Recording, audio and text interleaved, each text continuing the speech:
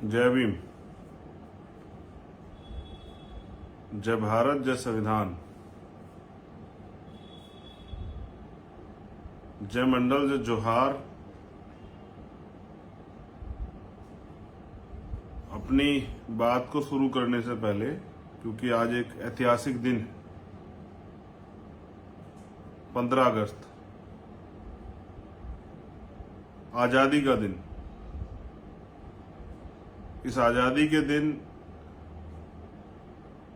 हम सब लोग तिरंगा यात्राएं निकाल रहे हैं। तिरंगे के सम्मान में सलामी दे रहे हैं, अपने क्रांतिकारियों को याद कर रहे हैं, उनके बलिदान को, उनके संघर्ष को याद कर रहे हैं। ये बहुत अच्छी बात है। तो मैं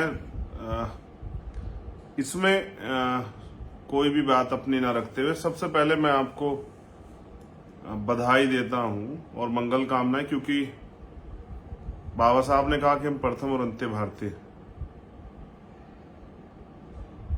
भारतीय होने के नाते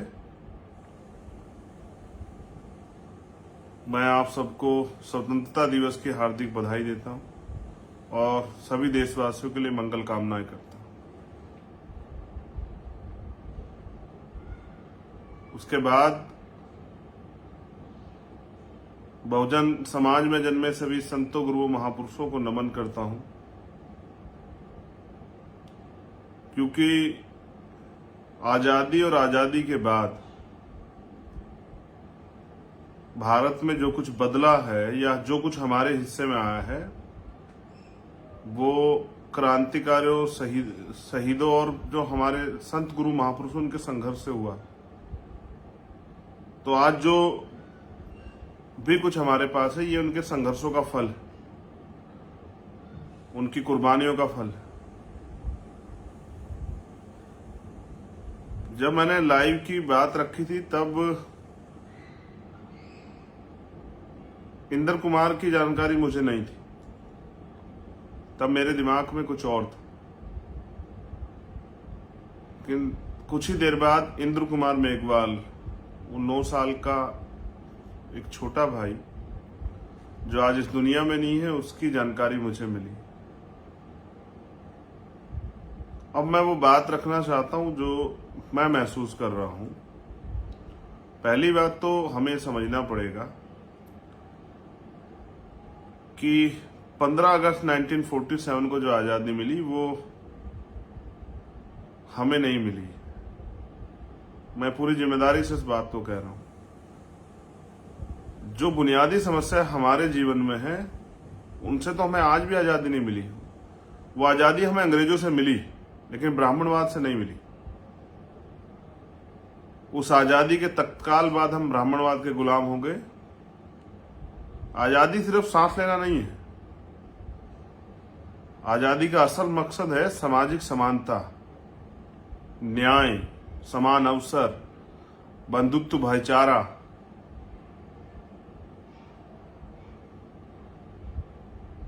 लोगों को के स्वाभिमान, सम्मान की रक्षा, ये आजादी का ही एक हिस्सा है।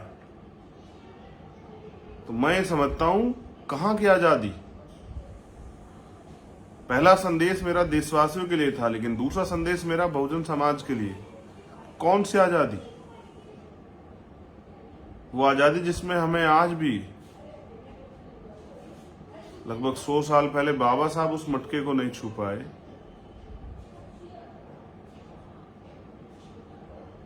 आज भी हमें मटके, पानी का मटका छूने की आजादी नहीं है। उस आजादी में जी रहे हम लोग। हम अपनी बात को कह नहीं सकते। गुलामी, बेगारी, परेशानियों में हमारा जीवन है। सुबह उठ के हम संघर्ष के दौर में निकल जाते हैं, शाम में घर आते हैं इस बात के साथ कि चैन से कुछ घड़ी सोने को मिलेंगे। इतना जुल्म तो अंग्रेजों के समय में भी नहीं हुआ जितना जुल्म आज की सरकारों में, आरएसएस, बीजेपी और कांग्रेस की सरकारों में जो हमारे ऊपर हो रहा है। जितनी तमाम तरह की समस्याएं आज की सरकारों ने, क्योंकि सत्ता का एक चरित्र तो हमारे सामने खड़ी की, और परसों की घटना के बाद बहुत कुछ बदला है। सत्ता का चरित्र देखा हमने और हमारे कार्यकर्ताओं ने, हमारे भाइयों ने, हमारी बहनों ने, हमारे साथियों ने। तो पहली बात,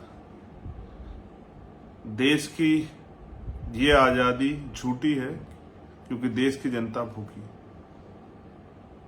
आजादी तब मिलेगी जब इस देश से गरीबों को आजादी मिलेगी, गरीबों को भी आर्थिक समानता मिलेगी। जब छुआछूत, जातिवाद, धर्म संप्रदाय के नाम पे जो नफरत बढ़ रही है, भ्रष्टाचार, जब ये खत्म होगा, जब आदमी पे आदमी का शोषण खत्म हो जाएगा, तब इस देश में आजादी, असली आजादी आएगी। वो आजादी जो सिर्फ किताबों तक सीमित हो। साथियों, मैं जब पढ़ता हूं तो मैं ये महसूस करता हूं कि ब्राह्मणवाद की गुलामियों में जकड़े हुए हैं हम लोग। और इसका उदाहरण है कि हम पैदा होते ही नीच हो जाते हैं भारत की जाति व्यवस्था में। एक बच्चा जो उसी प्रक्रिया से जन्म लेता है जिस प्रक्रिया से सभी बच्चे जन्म लेते हैं, लेकिन जब वो पैदा होता है तो उसके माथे पे जाति का टैग होता है कि वो नीच जाति का है। उससे कर्म, वो फूल सा नाजुक बच्चा, उसको ये भी नहीं पता है कि उसका भविष्य क्या, उसका जीवन क्या है, वो कहाँ जन्मा है। वो उसको पहला ज्ञान उसके परिवार से मिलता है। उसको ये भी नहीं पता होता क्या खाना है, क्या पीना है। उसको अच्छे बुरे का भी नहीं पता, गर्म ठंडे का भी पता नहीं होता, लेकिन उसको हाँ ये पता होता है भारत में कि वो किस जाति समुदाय में जन्मा है। तो ये ब्राह्मणवाद ने जो जाति व्यवस्था बना के, और ये जो गुलामी, ये जो भाईचारा तोड़ने का षड्यंत्र, देश को विखंडित करने का षड्यंत्र जो ये किया गया है,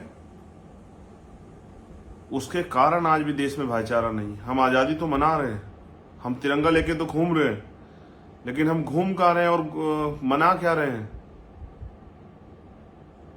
कहीं हम मजबूर हैं कि हमें आदेश है सरकारी डिपार्टमेंट के, कहीं मजबूर हैं हमें स्कूलों के आदेश है, कहीं मजबूर हैं कि हमें दिखावा करने के लिए आजादी मनानी पड़े। क्या मैं जानना चाहता हूं कि क्या आज से पहले कभी तिरंगे का सम्मान नहीं हुआ देश में?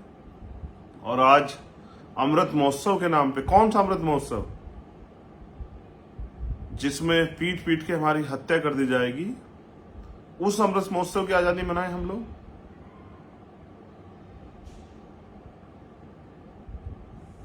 क्या अब से पहले तिरंगे का लोग सम्मान नहीं करते थे? क्या तिरंगे के लिए जान नहीं देते थे? ये संघ के लोग बताएंगे या आरएसएस बीजेपी के लोग बताएंगे कि भाई तिरंगे का सम्मान करना हो, जिन्होंने कभी तिरंगे को एक्सेप्ट नहीं किया, जिन्होंने कभी तिरंगे का सम्मान नहीं किया, जिन्होंने अपने मुख्यालय पर तिरंगा लगने के बाद लगाने वालों को पीटा, उनके खिलाफ मुकदमा करा दिया। ये लोग जो जाति धर्म में बांट के, धर्म संप्रदाय की राजनीति करके, हिंदू मुसलमान की राजनीति करके इस देश में नफरत के जो है बीज तैयार कर रहे हैं, नफरत की दीवारें खड़ी कर रहे हैं। आज ये लोग जो हैं देश के तिरंगे के सम्मान की बात कर रहे हैं। इस तिरंगे का सम्मान उन परिवारों से पूछो जिन्होंने अपने परिजनों को खोया है देश की आजादी में भी, और उसके बाद आज भी बॉर्डर पे जो है गंदी राजनीति के जो लोग शिकार होते हैं, जो देश के जवान, उन परिवारों से पूछो कि इस तिरंगे की क्या अहमियत है। आज इस तिरंगे को बाजारू कर दिया गया। कोई तिरंगे को उल्टा पकड़ के खड़ा है, कोई तिरंगे को दिखावा करने के लिए, कोई तिरंगे को अन्य झंडों से नीचे लगा रहा है, कोई कूड़े की ठेली में तिरंगा लेके जा रहा है, कहीं जबरन जिनके पास खाने को रोटी नहीं, जिस देश में प्रति व्यक्ति आय गिर रही हो, वहां 20 रुपए का झंडा लेना आपकी मजबूरी, अगर राशन भी लेना हो। मैं तो गांव देहात से आता हूं, मैंने देखा कि 20 रुपए का झंडा लेना पड़ेगा तब जाके आपको राशन मिलेगा।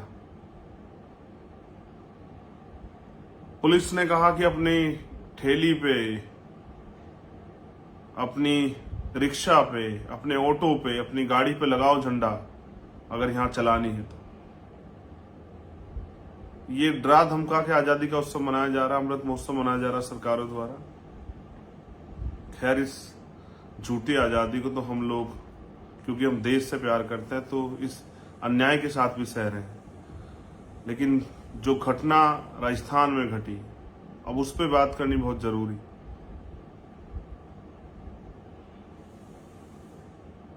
इस देश में इंसान की पहचान उसकी जाति की वजह से, ना कि उसके कर्म की वजह से। जालोर में जो हुआ, वो 9 साल का बच्चा जिसको ये भी नहीं पता था कि ऊंच नीच क्या होता है और जाति क्या होती है, जाति जन्म से होती है या कर्म से होती है या धर्म से होती है, उसको इसलिए पीटा गया क्योंकि उसका अपराध था, उसने मटकी छुई थी। जब मैंने वो पहली बार उस फोटो को देखा तो मैं सिहर गया। जब मैंने उसकी आवाज सुनी, जब उसके पिताजी उसको एम्बुलेंस में ले जा रहे हैं, उसको आवाज लगाते, कहते हैं कि अगर मेरी आवाज आ रही तो हेलो करके हाथ हिला। जब मैंने उसको देखा तो मैंने महसूस किया कि जिस बच्चे को 9 साल तक उसके माता पिता ने पाला होगा, आज उन पे क्या बीत रही होगी, उस माँ पे क्या बीत रही होगी जिसने अपनी सारी सुख सुविधाएं, अपनी सेहत, सब चीजों को दांव पे रख के उसको जन्म दिया होगा। और वो मर क्यों गया? क्योंकि उसको वो जातिवाद की भेंट चढ़ा। उससे पहले जितेंद्र मेघवाल पाली में वो जातिवाद की भेंट चढ़ा, सिर्फ मूछें रखने की वजह से। ये ब्राह्मणवाद है जो आपको जाति के हिसाब से नीच बना के और आपको आपके अधिकारों को, आपकी स्वतंत्रता को रोक देता है। और अगर आप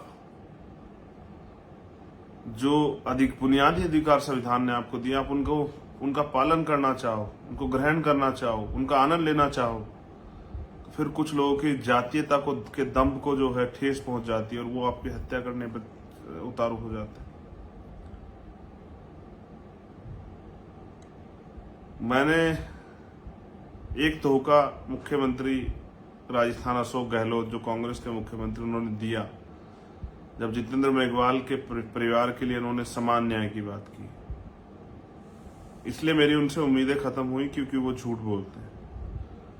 लेकिन अब जब इंद्र कुमार की हत्या हुई, उसकी जान गई, 23 दिन तक मुकदमा नहीं लिखा गया, उल्टा दबाव बनाया गया उस परिवार पे। कल जब उनके परिवार के लोग चाहते थे कि उनको समान न्याय मिले जैसा कन्हैया के परिवार को मिला, ऐसा समान न्याय उनके साथ हो, और समाज के लोग भी चाहते थे, तो पुलिस ने उन लोगों को वहां पीटा। सबसे पहले बात करूंगा उसके पिताजी की। उसके पिता को पीटा, उसकी बुआ को पीटा, उसके पिता के भाइयों को पीटा, उसकी मां को पीटा। ये कांग्रेस की राजस्थान की सरकार का न्याय। मैंने लिखा अपने ट्विटर हैंडल से कि न्याय मांगने पे चमड़ी दलितों की कैसे उधेड़ी जाती थी, ये आप अशोक गहलोत से सीखिए।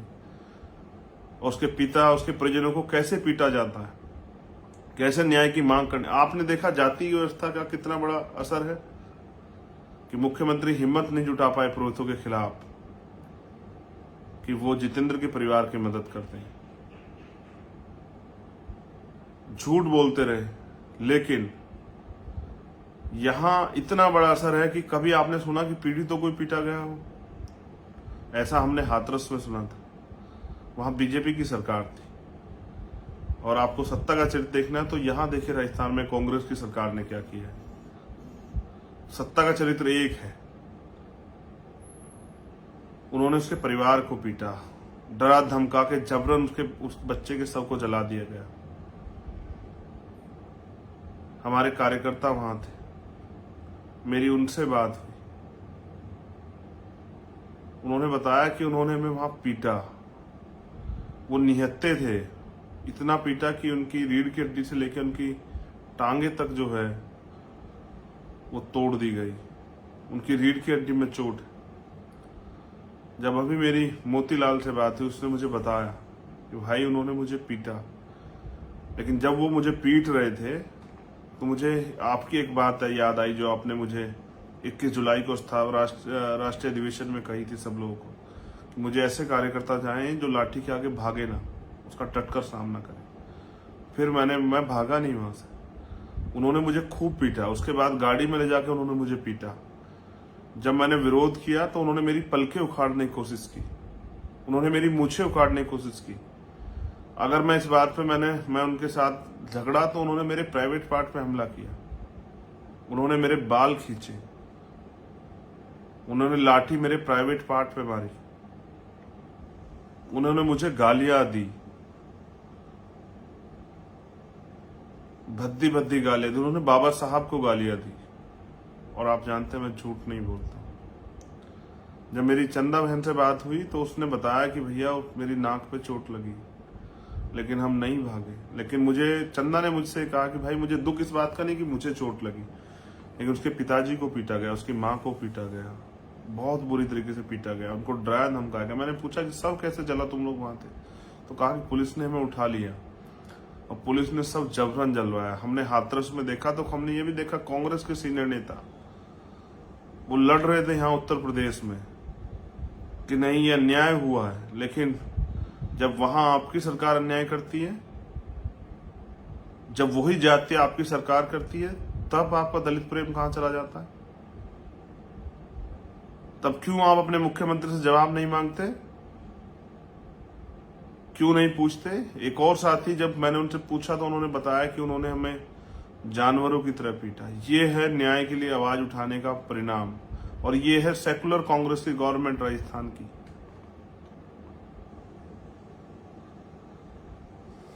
मुझे पता लगा वहां के कुछ जनप्रतिनिधियों ने हिम्मत जुटाई कि इस अन्याय के खिलाफ उन्होंने अपने पद से इस्तीफा देने की मांग की। लेकिन मैंने तो कल ये लिखा और मैं ये सोच भी रहा था, मैंने इंटरव्यू में भी कहा कि आप जो नेता वहां कांग्रेस पार्टी और अन्य पार्टियों में हैं, बीजेपी या ऑन बोर्ड पार्टियों में, जो स्पेशली बहुजन समाज के नेता हैं, दलित समाज के नेता हैं, वो गुलाम से बढ़कर क्या है? अगर वो अपने लोगों की आवाज नहीं उठा पा रहे, अगर उनके बच्चों की हत्या हो रही है, वो चुप हैं, तो वो उनकी राजनीति का क्या फायदा है समाज को? क्या वो राजनीति अपने फायदे के लिए कर रहे हैं, समाज के फायदे के लिए? मैं पिछली बार गया था, मुझे उदयपुर एयरपोर्ट पर रोक देगा। मैं इस बार भी जा रहा हूं 18 तारीख में, हो सकता है मुझे रोक दें, हो सकता है कि वो मुझे जेल भेज दें जयपुर की तरह, जब मैं सीएचए की लड़ाई लड़ने के लिए। मैं नहीं डरता उनकी जेल से, लेकिन इस बार मैंने तय किया है कि इस बार मेरी लाश तो वापस आ जाएगी, लेकिन मैं वहां से वापस नहीं आऊंगा जब तक हमें न्याय नहीं मिलेगा। क्योंकि मैंने देखा कि पिछली बार भी जब पाली में अन्याय हुआ, उदयपुर की टीम, उदयपुर संभाग की पूरी टीम, जोधपुर संभाग की पूरी टीम में कैसे मेरे के कार्यकर्ता अपने खून पसीने कमाई से साधन लेके वहां आया, इस उम्मीद के साथ कि हमें न्याय मिलेगा। मैं फिर उनसे अपील करूंगा, पूरे राजस्थान के साथियों से, कि 18 तारीख को वो जरूर पहुंचे उस परिवार के पास। मेरे जाने से पहले कांग्रेस के नेता भी और अन्य पार्टियों के नेता भी बेचारे उस लड़ाई को लड़ने के लिए जाने का प्रयास करेंगे। मैं उन नेताओं का धन्यवाद देता हूं जो जाने का प्रयास करेंगे। लेकिन मैं तानाशाह मुख्यमंत्री को बता देना चाहता हूं कि सत्ता परमानेंट के लिए नहीं होती, सत्ता आती जाती रहती। मैंने कल भी कहा था, ये लाठी आपने उसके परिवार पर नहीं चलाई, क्योंकि वो तो दुखी पीड़ित परिवार है। ये लाठी आपने उस परिवार पे नहीं चलाई, ये आपने इंद्र कुमार के पिताजी पे नहीं चलाई, उसकी माँ, उसकी बुआ पे, उसके ताऊ पे नहीं चलाई, उसके भाई पे नहीं चलाई। ये लाठी आपने पूरे दलित समाज की पीठ पे चलाई, और इसका हिसाब जो है समय आने पे जरूर दिया जाएगा। सत्ता बदलेगी। ऐसी निकम्मी नालायक सरकार और ऐसे मुख्यमंत्री भी सत्ता से बेदखल होंगे। किसी के बच्चे के जाने के बाद उसके परिवार को दर्द में पीटना, उसके बाद चैन से सो जाना, शर्म नहीं आती आप लोगों को? क्या जमीर मर गया है? क्या सत्ता के आगे इतने लालची भेड़िए बन गए हैं कि ये भी भूल गए कि इंसानों की जीवन की कुछ कीमत होती? क्या 5 लाख रुपए जो कीमत लगाई है मुख्यमंत्री ने दलितों की वहां पर ऐलान करके, क्या वो वापस ला सकते हैं 5 लाख रुपए में हमारे इंद्र कुमार को, हमारे छोटे भाई को? क्या वो जितेंद्र मेघवाल को लौटा सकते हैं मुझे? कितना अन्याय उस सरकार में, राजस्थान की सरकार में कितना अन्याय अंग्रेजों की सरकारों में भी नहीं होता। जनरल डायर ने भी ऐसे हमला नहीं कराया होगा नित्य लोगों पे। या समझिए जनरल डायर ने जैसे निहत्थे लोगों पे हमला करा, ऐसा हमला कराया मुख्यमंत्री अशोक गहलोत ने, इसीलिए कि उनके न्याय के बाद ताकतवर ना बने। क्या सत्ता में बैठे लोगों का जमीर मर गया है? एक बाप ने अपना बेटा खोया, एक माँ की कोख जो है वो सूनी हुई, उजड़ गया उनका घर, उनके सपने, और उनको पीटते हुए शर्म नहीं आई इस सरकार को?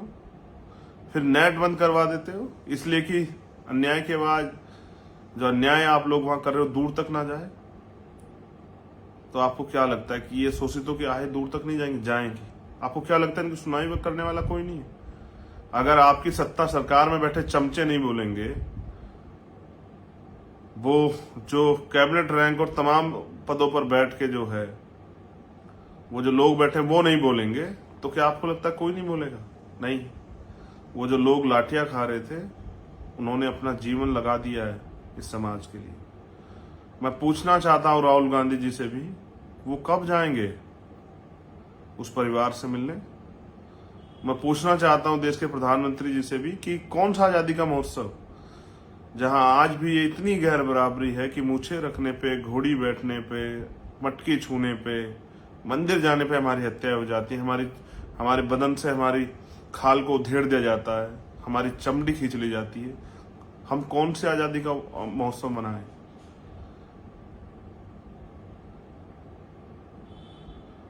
तो मैं तकलीफ में तो हूं, लेकिन मैं जानता हूं कि शोषितों को ये सहना पड़ेगा जब तक वो अपनी आजादी के लिए नहीं लड़ेंगे। बाबा साहब ने भी कहा, अन्याय करने वाले से ज्यादा अन्याय सहने वाला ज्यादा दोषी होता है। उन्होंने ये भी कहा कि अगर आप अन्याय के खिलाफ लड़ते हुए आपकी मौत हो जाती है तो आपकी आने वाली पीढ़ी इसका बदला जरूर लेंगी, लेकिन अगर आप अन्याय सहते हुए मर जाते हैं तो आपकी आने वाली पीढ़ी गुलाम बन जाएगी। उन्होंने कहा बलि बकरों की दी जाती, शेरों की नहीं। उन्होंने हमें सिखाया, शिक्षा शेरनी का वो दूध है जो पिएगा वो दहाड़ेगा। हम शिक्षित लोग हैं, अगर हम अपने समाज के खिलाफ हो रहे अन्याय के खिलाफ, जो समाज के साथ अन्याय और उसके खिलाफ नहीं बोलेंगे तो कौन बोलेगा? उन्होंने कहा कि सम्मान का 1 घंटे का जीवन और गुलामी का हजारों साल का जीवन, उस सम्मान का 1 घंटे का जीवन, 1 दिन का जीवन उस हजारों साल के जीवन से बेहतर है। हम यहाँ गुलामी सहने के लिए पैदा नहीं हुए। क्यों हमारी चीखें सरकार को सुनाई नहीं देती? क्यों हमारा अन्याय जो वहां अशोक मेघवाल के परिवार के साथ, तो क्यों नहीं दे पाई सरकार ये न्याय? रोज वहां दलितों के साथ अन्याय होता है, कभी वहां सामूहिक रेप होता है चूरू में, कभी थाना गाजी में सामूहिक रेप होता है, कभी कुछ होता है, कभी कुछ होता है। अब तो आंसू भी सूख गए हमारे लोगों के, अब तो उनकी आवाजें भी कुंद गई हैं, अब तो वो इशारे से भी नहीं बता पाते। इतना अन्याय, और फिर अन्याय के खिलाफ आवाज उठाने पे लाठियों से पीटते। गोली क्यों नहीं चलवा दी अशोक गहलोत आपने? कुछ लोग मर जाते, आपके कलेजों को ठंडक तो पड़ती, आपके उन सामंतियों के कलेजों को ठंडक तो पड़ती जिन लोगों ने इंद्र कुमार के साथ ये अन्याय किया। उनकी सोच को, टीचर तो समाज का दर्पण होता है, अध्यापक। हम आज भी गुरुओं का सम्मान करते हैं। मैं आज भी अपने गुरुओं के सम्मान में अपनी गाड़ी से उतर जाता हूं, उनके चरण स्पर्श करता हूं, क्योंकि मैं मानता हूं कि मेरे आज यहाँ पहुंचने में उनका योगदान है। उस शिक्षक के बारे में भी ये समाज ऐसा ही सोचता होगा। मेरे पिताजी खुद एक शिक्षक थे, उनके संस्कार, उनके विचार आज मेरे अंदर हैं। तो मैं सब कुछ छोड़ के शोषितों की लड़ाई लड़ने के लिए मैं यहाँ इस मैदान में हूँ। लेकिन उस अध्यापक को, उसने तो उस पद को भी कलंकित कर दिया। तमाम तरह के झूठ फैलाए जा रहे हैं कि वहां ऐसी कोई मटकी घटना नहीं थी, उसने मारपीट नहीं की। और ये वो लोग हैं जो हाथरस में भी उन रेपिस्टों के पक्ष में खड़े थे। यहाँ जाति का इतना बड़ा महत्व है, उसके अपराध कम हो जाते हैं, उसकी जाति के लोग उसके समर्थन में खड़े जाते हैं। और हम वो लोग हैं कि जब हमारे व्यक्ति से कोई गलती होती है तो हम उसको खुद गिरफ्तार करवाते हैं, कहते हैं कि नहीं इसने गलत किया है। ये फर्क है हम और आप में। आप आज भी अपनी कुंठित मानसिकता को नहीं बदल पाए। आज भी आप चाहते हैं कि हम मोहताज बने रहें। आज भी आप हमें फटे हाल में, भूखमरी में, कुपोषण में, अन्याय में, जुल्म जाति का शिकार होते देखना चाहते हैं। आप आज भी चाहते हैं रेप हत्याएं हो समाज की और कोई आवाज ना उठाए। और हम ये नहीं चाहते। हम स्वाभिमान सम्मान का जीवन चाहते हैं। हम अभिव्यक्ति की आजादी चाहते हैं, हम समान अवसर चाहते हैं, हम संघर्ष करके आगे बढ़ना चाहते हैं, लेकिन हमारे रास्ते ये सब चीजें करके रोके जाते हैं। क्या इसका एक स्पष्ट संदेश नहीं? कौन माँ अपने बच्चों को स्कूल भेजेगी जब उसको ये पता होगा कि उस स्कूल में कोई वैसी दरिंदा बैठा होगा जो उसके बच्चे की जान ले लेगा? क्या ये हमें संदेश देकर डराया नहीं जा रहा है? तो डरे तो हम अंग्रेजों से भी नहीं, उनसे पहले मुगलों से भी नहीं, उनसे पहले और जितने भी शासक आए आर्यन, हम डरे तो किसी से भी नहीं। तो आपसे कैसे डर जाएंगे?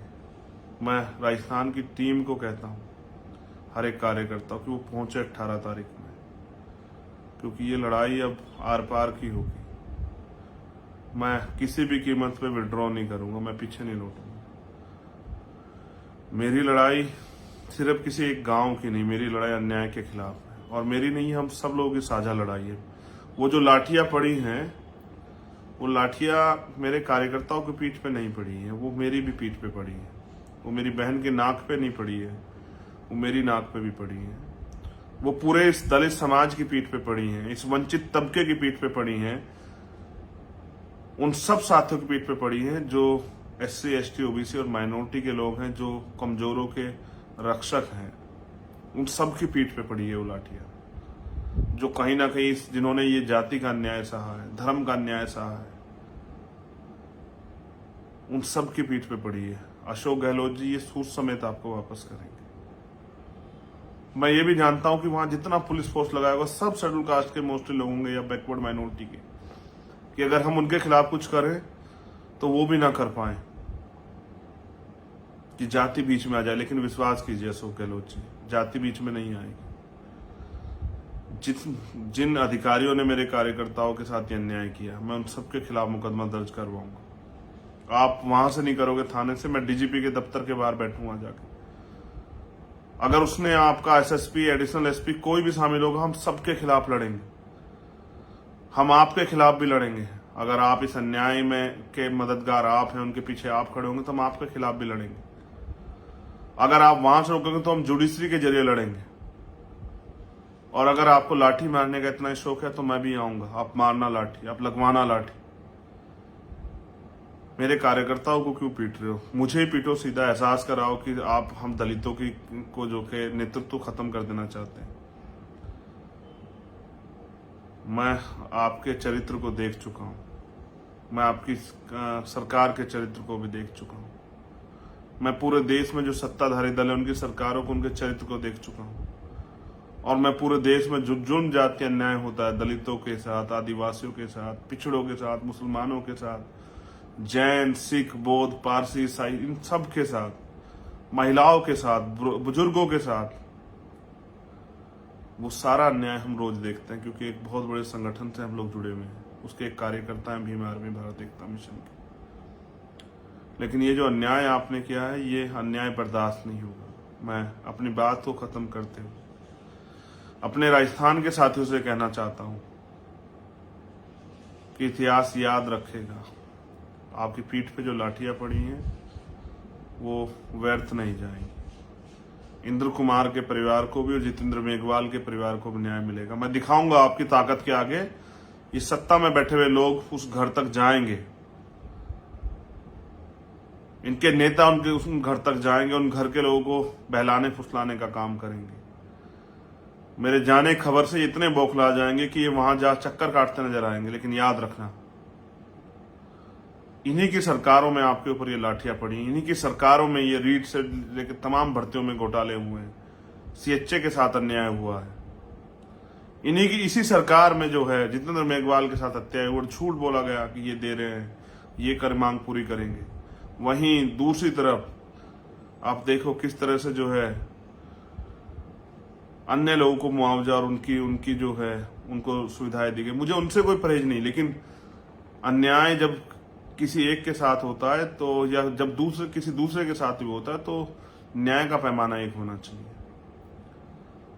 आप 5 लाख रुपए में हमारे भाई की, हमारे बेटे की जान को खरीदना चाहते हैं। बाबा साहब ने हमें वोट दिया है, हम देंगे जवाब इस बार। मैं आप सबसे अपील करूंगा कि आइए, उदयपुर, जोधपुर, पाली, जालोर, तमाम जो साथी हैं, पूरे राजस्थान के साथियों से मेरी अपील है कि पहुंची और इस बार इतनी ताकत से लड़ेंगे कि सत्ताधारी दल को भी हमारी लड़ाई पर नाज होगा। उनको भी ये समझ आएगा कि हम राजनीतिक कम सामाजिक ज्यादा हैं, और सत्ता में जो लोग बैठे हैं वंचित वर्ग के, उनको भी समझ आएगा कि उनके लिए सत्ता महत्वपूर्ण है और हम लोगों के लिए न्याय महत्वपूर्ण है, हमारे लोगों के लिए हमारे लोगों की जान महत्वपूर्ण है, उनके अधिकार महत्वपूर्ण है, उनकी रक्षा सुरक्षा महत्वपूर्ण है। आप सबसे मुलाकात होगी 18 तारीख। जय भीम, जय भारत, जय मंडल, जोहार और जय संविधान। हम इस देश की भी रक्षा करेंगे और बहुजन समाज की भी रक्षा करेंगे, और हम घुटने नहीं टेकेंगे। अगर गोली भी खाएंगे तो सीना तान के खाएंगे, पीठ नहीं दिखाएंगे, लेकिन अन्याय बर्दाश्त नहीं करेंगे, गुलामी जुल्म जाति बर्दाश्त नहीं करेंगे। अगर प्रधानमंत्री कर सकते हैं तो कीजिए ना जातिवाद का अंत इस देश से, कीजिए ना छुआछूत और भेदभाव का अंत। और 72 सालों में दिया क्या आपने हमें? गालियों के अलावा, दुर्भावना के अलावा, अपमान के अलावा, और रोज हमारे रास्ते को रोकने के लिए हमें इन सब चीजों में उलझाने के अलावा। समय बदलेगा और हम ये भूलेंगे नहीं। धन्यवाद, आप सभी के लिए मंगल कामना है। और उन दो साथी जो लड़े हैं उनसे मैं कहना चाहूंगा, हिम्मत मत हारना मेरे साथी, हिम्मत मत हारना। लड़ाई तो अभी शुरू हुई, हमें भी आजादी चाहिए। ब्राह्मणवाद से, छुआछूत से, जातिवाद से, आर्थिक गैर बराबरी से, सामाजिक अन्याय से, सामाजिक गैर बराबरी से, कोलोजियम से, हमें भी इस अन्याय और जो समान अवसर के सिद्धांत को के खिलाफ है, हमें भी उससे आजादी चाहिए। और हमें ये जो जुल्म जाती है, अत्याचार, उनसे भी आजादी चाहिए। मगर ये मांगने से नहीं मिलेगी, इसकी कीमत चुकानी पड़ेगी, उसके लिए लड़ना पड़ेगा। तैयार हो जाओ, इस बार ऐसे लड़ेंगे कि इतिहास याद रखे। धन्यवाद। जय भीम, नीला सलाम।